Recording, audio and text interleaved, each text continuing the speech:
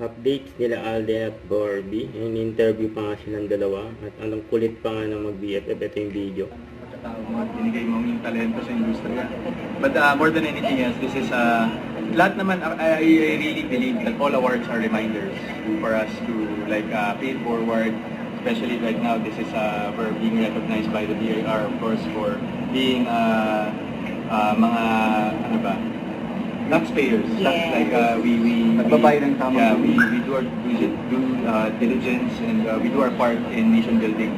But most especially, of course, nandito rin tayo para ipakita na talagang we're all here for the betterment of the country, na may ahon sa kahirapan ng mga nakakarami nating mga kababayang nangangailangan. And at the same time, we're very honored to have this platform to set reminders as well. Hindi lang sa mga mamamayan, hindi lang sa taxpayers, kundi maging sa mga kawani ng gobyerno na tulungan natin ang isa't isa para may ahon natin ang Pilipinas kung nasan man siya ngayon.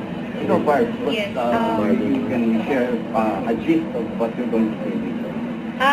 Well, yes, I understand that this is both an honor and a responsibility.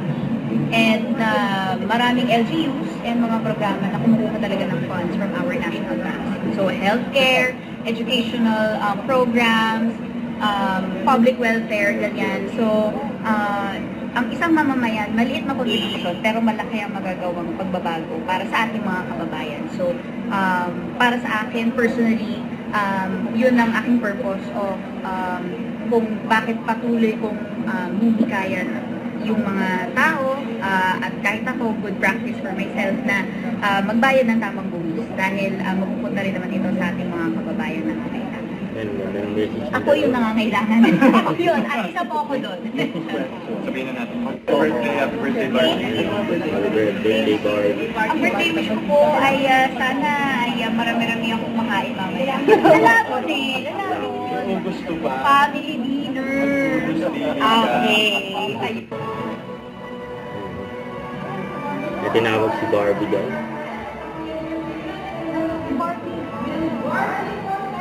Ayan, next week lang. Happy birthday. May reaction niya Alden. Si Barbie, yan o.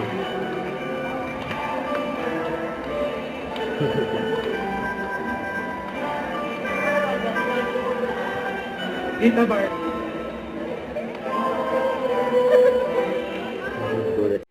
Don't forget, subscribe, click the notification bell for more updates. This is with Shorty Action Vlog. Stay tuned for more videos.